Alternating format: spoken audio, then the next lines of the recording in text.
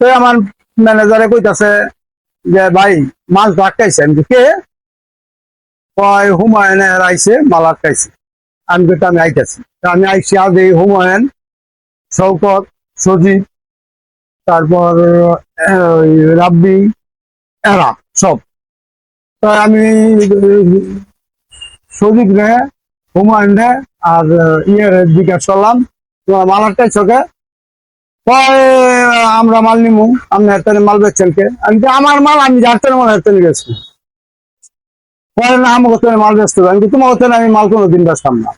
আমি আমার 14 লাখ টাকা লসে আমি 3 বছর ধরে এটা হালাইতেছি। 14 লাখ টাকা লস দিয়া আমি এখন আমার দেওয়াল থেকে গেছে, আমার টাকা প্রায় 70-80 লাখ টাকা পড়ে দিচ্ছি। আমি 14 লাখ টাকা লসে আমি মাল বেচছি, এখন আবার তোমার কথা মাল বেচছি, প্রশ্ন ওঠে না। কয় না তোর মাল আমরা দিতাম না। আমি যদি না দাও তো আমার ব্যবস্থা আমি নিমু।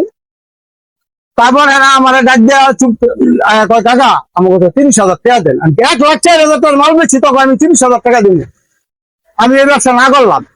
এবারে আমি গেলাম না থানায়, আমি ওসি সাহেবের রিং করলাম। ওসি সাহেব বললাম না থানায় আসেন। থানায় গেলাম, থানায় গিয়া আবার থানায় গিয়া ওসি সাহেবের রিং দিলাম। ওসি সাহেব বললাম আমি উপরে আছি, আত্মবিদ আছি, আপনি একটা অভিযোগ লেখা আপনি আসেন।